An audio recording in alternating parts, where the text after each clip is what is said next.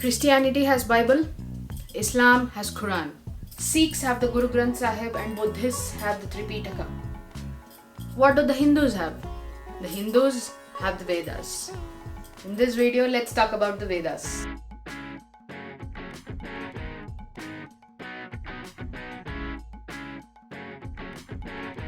Namaste everyone, welcome back to Zesty Nimbu. This is Sri Rekha.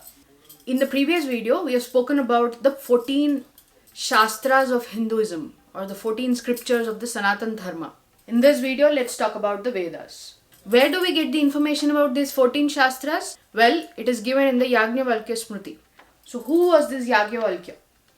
Yajnavalkya was a great sage in the court of King Janaka. He is mentioned in both the Ramayana as well as in the Mahabharata.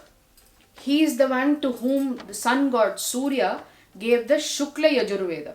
So Yajnavalkya is a great sage, and in his Smriti, which is the Yajnavalkya Smriti, he has given about these 14 Shastras. So the shloka is on the screen, which refers to the 14 sources of knowledge.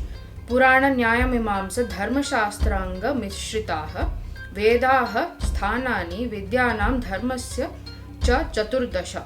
So the 14 sources of knowledge are the Vedas, the 4 Vedas, Rig, Yajur, Sama and Atharvana. Vedangas, Shiksha, Kalpa, Vyakarna, Nirukta, Chanda and Jyotisha. And Purana, Nyaya, Mimamsa and Dharma Shastra are the 4 Upangas. Apart from these 14, we also have the 4 Upavedas. Arthashastra, Gandharva Veda, Ayurveda and Dhanurveda. So today we'll be talking about the 4 Vedas. The 4 Vedas have 4 parts each, which are the Samhitas, Brahmanas, Aranyakas and the Upanishads. So what does Veda mean? Veda comes from the root word vid, vid or vidya. It is also the root word for wit and wisdom in English. It means knowledge. So Veda is the book of knowledge. The Vedas have been passed on through generations from one Rishi to another and so on and so forth. How did this happen? This happened with the help of Shruti. Shruti is sound. Through the help of sound, through the help of speech, Shruti, the Vedas have been passed on through the generations. There is another way a Shastra is passed on, that is Smriti. Smriti is by written hand. So somebody would have written it, and that's how we got the Smriti. Though 99% of the Veda is gone, only 1% is what we are studying today. That 1% has been retained in perfect shape. It has been agreed by Western scholars like Max Muller, A.A. MacDonald, that the Vedas have been preserved in perfect form. This is because of the Shruti way of reciting the Vedas and learning it. And hence we have from one seer to another, from one Rishi to another, to his disciple and so on and so forth, the Veda has been disseminated. We say the Veda is Anadi. Anadi is eternal. There is no fixed time frame for when the Veda was written or when the Veda was revealed. And we also called Veda Aparasheya. Aparasheya means not written by a human hand. It is superhuman. The Vedas were revealed to sages, to rishis, who are not on the same plane as us. They have spiritual knowledge and hence they are on a higher plane. And because of their knowledge, they were able to receive the information, and that is how they got the Vedas. And that is how they transmitted the Vedas from one person to another person, to one disciple and through him to the next disciple and so on. That is why our sages are called mantra drashtas. Drashta is seeing, seer, see. Not mantra kartas. Had it been mantra kartas, they would have written the Vedas. They are mantra drashtas because they have higher spiritual knowledge than us, and they have received that information from the Supreme Being, the Parabrahma, and they have passed on the information to various other people. You can consider this like Columbus finding out the continent of America. He found out the continent of America, but he hasn't invented America, right? He's found it out. America already existed, but he went and searched for it and he found it. Of course, he was searching for India. Similarly, Newton's laws of gravitational force. The gravitational force was always there, but Newton revealed it to us. Similarly, Einstein. That's how you have to look at it. So Vedas were revealed to the sages, and the sages disseminated the information to their disciples, and so on and so forth, and that's how we got the Vedas as it is now. So it is a practice to pay obeisance to the sages. In all the Vedic mantras or Vedic suktas that we mention, the hymns, we talk about the name of the Rishi, the Devata, and the Chanda or the meter. So basically the meter is the way the particular shloka or the sukta has been written, so that when it is disseminated to the next person, it can be done in a perfect way without any change. So we will see about chandas later in our next videos. So every sukta has the mention of the seer, the sage, the devata or the deity, and the chanda or the meter. And that is how we utter the Vedic mantras. Each of these 4 Vedas is divided into 4 parts: Samhitas, Brahmanas, Aranyakas, and Upanishads. These 4 parts can be considered like the 4 stages of a man's life. What are the 4 stages of life for a human being? Brahmachari, Grihastha, Vanaprastha, and Sannyasi. So a Samhita is basically a hymn or a mantra which is uttered in the Vedas. So Samhita can be compared to Samhita, or the mantra can be compared to the life of a brahmachari. Brahmana is basically the explanation on how to carry out that particular sacrifice or a ritual. So this Brahmana can be compared to the life of a householder or a grihastha. Aranyaka is the philosophical explanation of the rituals. So this can be compared to the life of a vanaprastha, or a person who is about to go to the forest, a forest dweller or a hermitage. And finally the Upanishads. Upanishads are considered the most important of the Vedas. The Upanishads contain the essence or the knowledge portion of the Vedas. They are deeply spiritual works because they talk about the individual soul and the supreme soul, the Atma and the Paramatma, and they are extremely lofty and soul stirring, and hence Upanishads are equated to the life of a sannyasi. Upanishads being the most important part of the Vedas, they are also called Vedanta. Anta meaning end, so end of the Vedas. So Upanishads are called Vedanta. So the 4 divisions of the Veda are equivalent to the 4 stages of a human being's life. So now coming to Rig Veda. As I mentioned, Rig Veda is the oldest Veda. It is mostly written in a poetry form. Rig Veda is not only the oldest Veda, but it is also the biggest Veda. It has 1028 suktas. What are suktas? Su plus ukta. Su is good and ukta is what is spoken. So sukta is well spoken or a good word or a good utterance. So Rig Veda has 1028 suktas. They mostly talk about the various ways of worshipping the devatas like Indra, Maruta, Agni, Usha, Vayu, Surya, etc. Vedas are mostly recited during the yajnas. So there are 2 types of yajnas, Havir Yajna and Soma Yajna. So Rig Veda, being the oldest, has the information about so many philosophical concepts. The mantras that are spoken to praise the deities or the devatas are called Rik.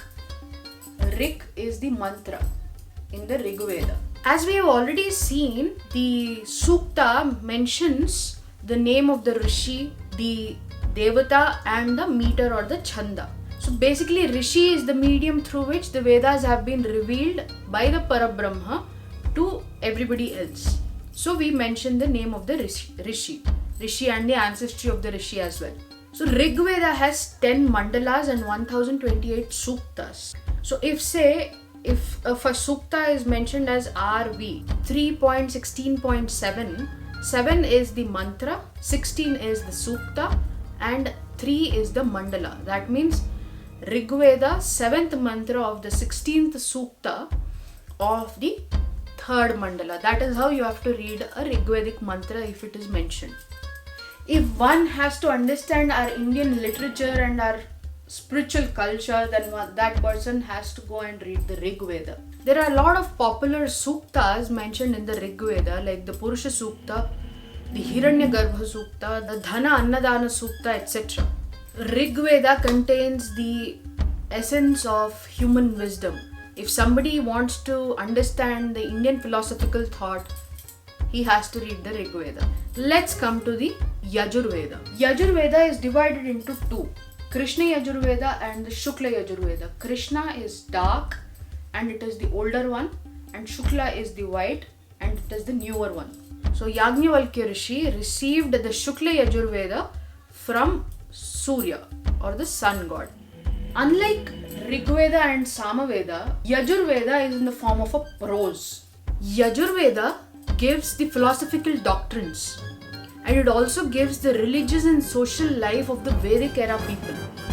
Sometimes it also gives the geographical data of that time. Yajur Veda also has a lot of Samhitas just like the Rig Veda. Yajur Veda gives a vivid description of various sacrifices like Chaturmasya sacrifice or the Brahma Yajna, Soma Yajna or Agnihotra Yajna, etc. Now coming to the Sama Veda. Sama Veda is the shortest of the four Vedas. It takes most of its information from the Rig Veda, though it is also an independent Veda, but most of its Samhitas are taken from Rig Veda. Sama Veda is in poetry form again, just like the Rig Veda, and it is uttered in a musical form or musical samans. The most important aspect of Sama Veda is that Bhagwan Krishna in Gita says that I am Sama Veda. In all the Vedas, I am Sama Veda. Vedanam Sama Vedosmi. So Sama Veda is that important. It's considered the foremost of all the Vedas because Lord Krishna himself says he is among the Vedas, the Sama Veda. So the major aspect of Sama Veda can be considered as worship and devotion. Now coming to Atharva Veda, the last Veda. So Atharva Veda has three categories of mantras. One related to the cure of diseases and destruction of adverse forces. Second, which is related to establish peace, protection, health, wealth, friendship and long life. Third, related to the nature of supreme reality, time, death and immortality. So the Atharva Veda is actually an encyclopedia of various subjects. The only Veda which contains philosophical knowledge as well as worldly knowledge. And hence this particular feature distinguishes the other Vedas from the Atharva Veda.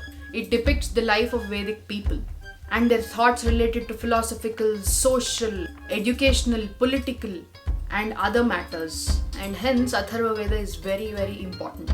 So these are the four Vedas and the four divisions of the Vedas. Don't worry, I've collated all these things in one document and I've put it in the description box. You can go ahead and download that document for your easy reference. So how did you like the previous downloadable where I've mentioned all the complete list of the scriptures?